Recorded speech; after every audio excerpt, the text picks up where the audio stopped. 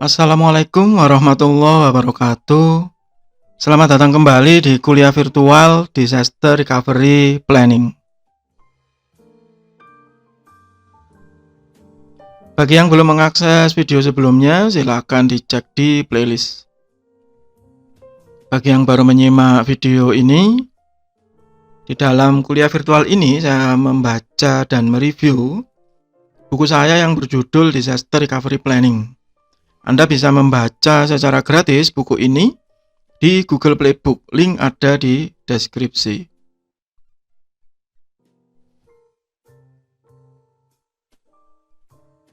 Meskipun buku ini sudah lama ya, saya tulis tahun 2008, tetapi masih relevan karena sifatnya generik atau umum, tetapi di dalam ruang lingkup sistem informasi.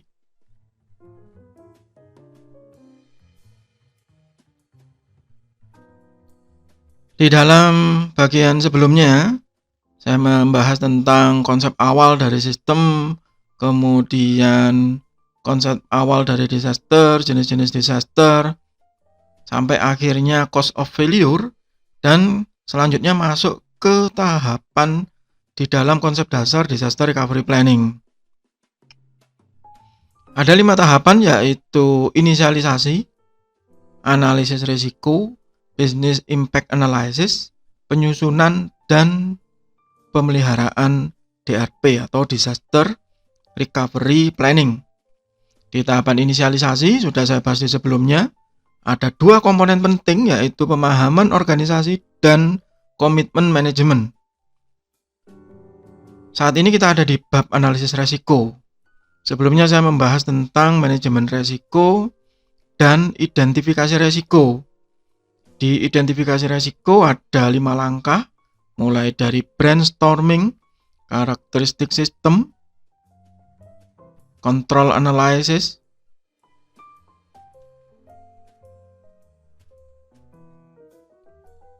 ya, kemudian ada daftar resiko, dan terakhir dokumentasi. Kita lanjutkan identifikasi resiko ini dengan membahas tingkat atau level kerugian dari resiko yang mungkin terjadi.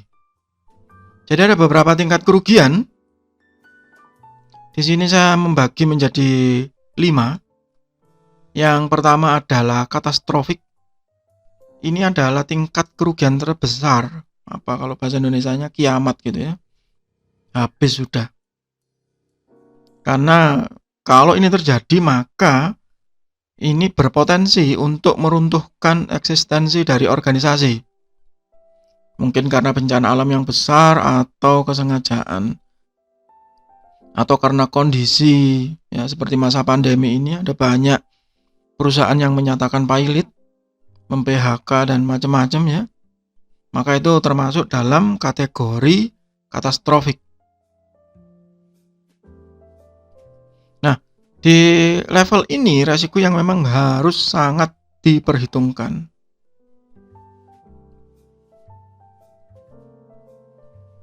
Level yang kedua adalah major. Jadi ini terjadi pada saat-saat kritis dan berpotensi menimbulkan kepanikan, baik bagi pihak internal maupun bagi pihak eksternal.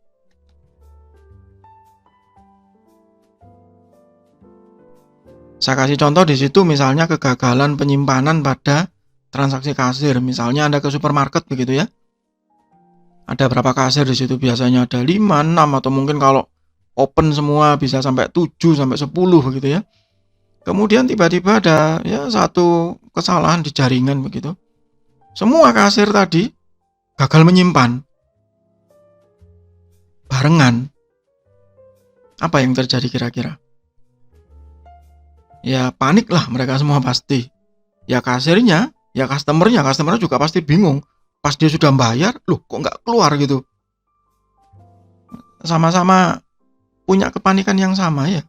Punya tingkat hektik ya. Jadi tiap orang pasti ya punya masing-masing gitu. Itu masuk ke dalam major. Dan bisa diatasi mungkin, tetapi kepanikan tadi itu bisa jadi bencana yang sangat besar. Yang ketiga adalah moderate. Ini sedang, dan biasanya ini masuk ke dalam daftar resiko yang sebelumnya disusun. Jadi cepat diatasi. Pemadaman listrik, begitu. Beberapa karyawan yang tidak masuk, nah misalnya. Terutama yang dari corporate officer tidak masuk, siapa yang menggantikan. Nah itu, ini biasanya ada di daftar resiko, jadi cepat diatasi dan sudah punya planning untuk meminimalkan kerugian, itu moderate. Tetapi kalau katastrofik dan major, yang meskipun itu sebenarnya kelihatan di depan mata gitu ya, tapi malah seringkali tidak masuk ke dalam daftar risiko. Kenapa kok bisa begitu ya? Karena biasanya yang menyusun daftar risiko itu kurang dalam pemahaman karakteristik sistem. Apalagi kalau itu konsultan luar. Karena dia tidak mau turun di proses sehari-hari, maka dia tidak paham apa yang mungkin terjadi. Yang keempat adalah minor ya. Ini kecil, jadi biasanya tidak terlalu mengganggu. Misalnya ada satu kasir yang komputernya hang, rusak, ya udah matikan dulu lah. Tutup dulu kasir yang ini, masih ada kasir satunya, nah itu minor. Jadi ancaman rutin ya, umum.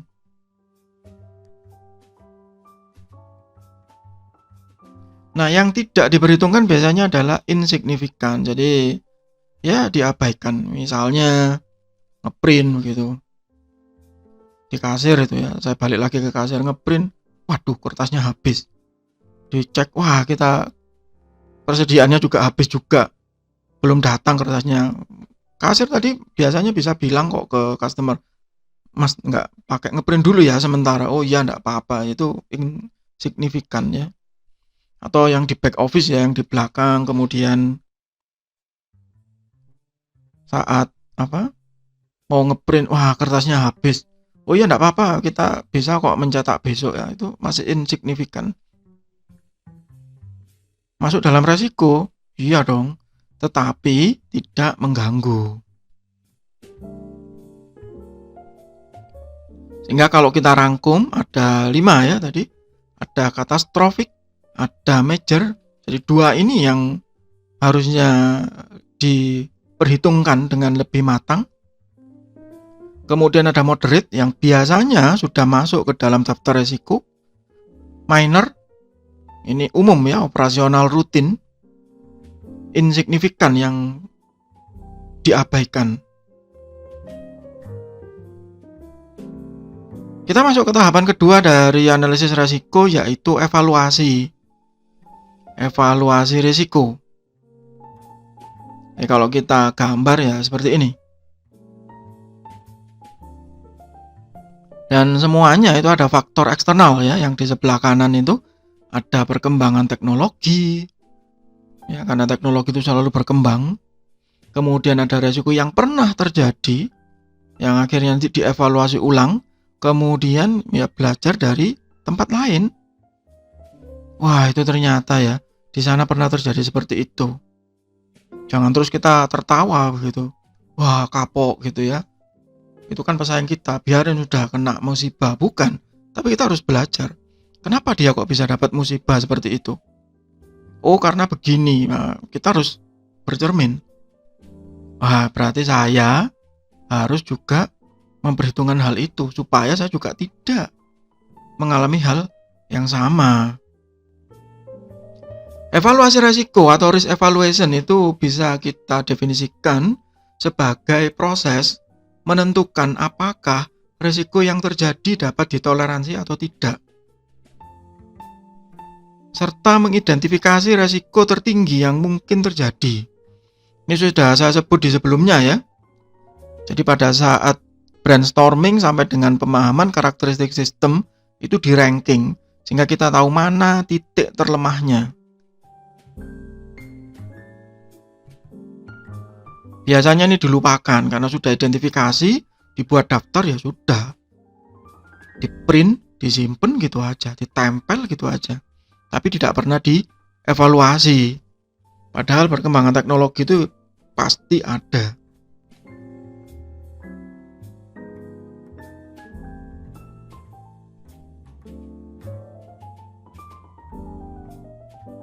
Ya, contoh misalnya update sistem informasi. Pada saat saya menulis buku ini, waktu itu Windows masih Windows Vista ya. Padahal sekarang Windows Vista itu sudah mati.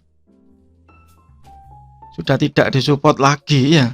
Dan ya mungkin kita juga kesulitan ya kalau menemukan laptop atau komputer yang masih pakai Windows Vista. Apalagi Windows XP. Nah, hal-hal seperti ini kan menjadi resiko.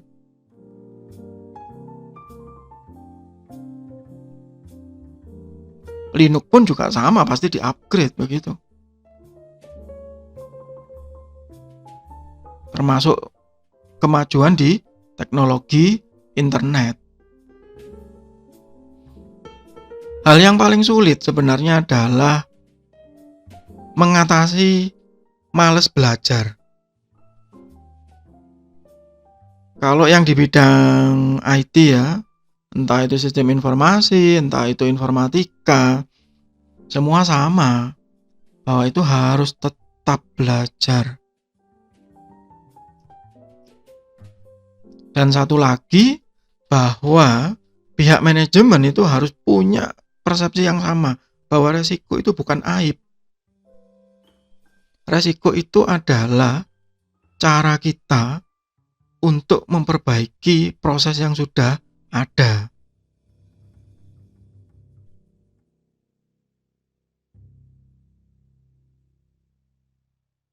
Dan ini harus dilakukan secara berkala. Tidak hanya kemudian mendatangkan konsultan, sudah DRP-nya sudah jadi, sudah gitu. Kita sudah siap, lanjutkan ke tahap berikutnya sampai sertifikasi ISO. Dapat sertifikat, wah bangga ditempel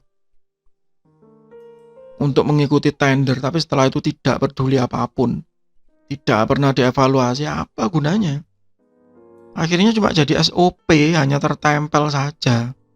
Tapi tidak menjadi kesadaran.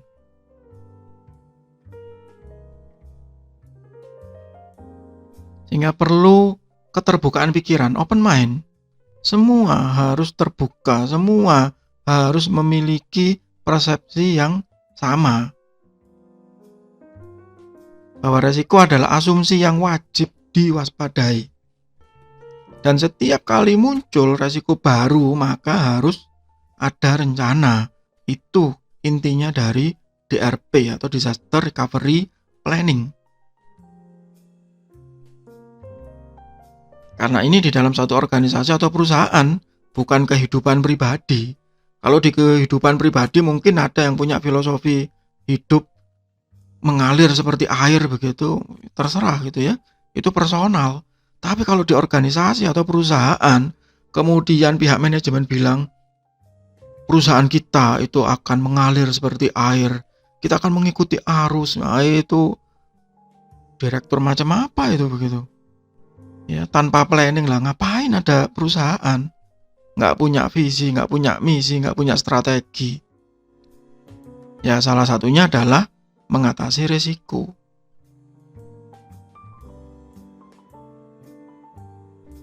Ya, jadi hingga sejauh ini kita sudah membahas tentang manajemen risiko, identifikasi risiko, dan evaluasi risiko.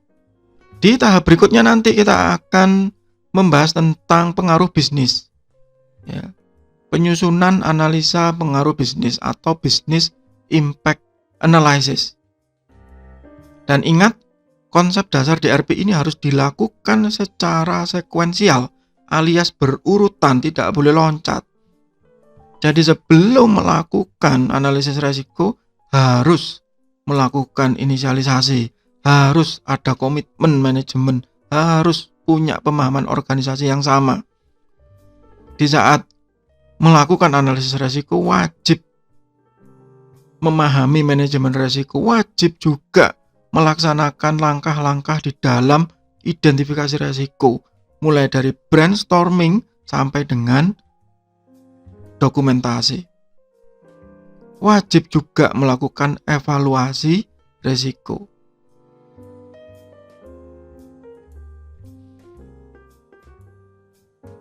Kalau kita rangkum seperti ini,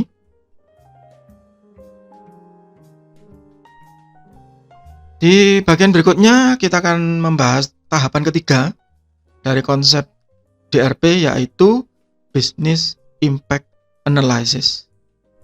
Ya, sekali lagi ada 5 tahap. Kita sudah melalui 2 tahap. Video berikutnya akan membahas tahap ketiga. Semoga bermanfaat. Tetap sehat, tetap semangat. Wassalamualaikum warahmatullahi wabarakatuh.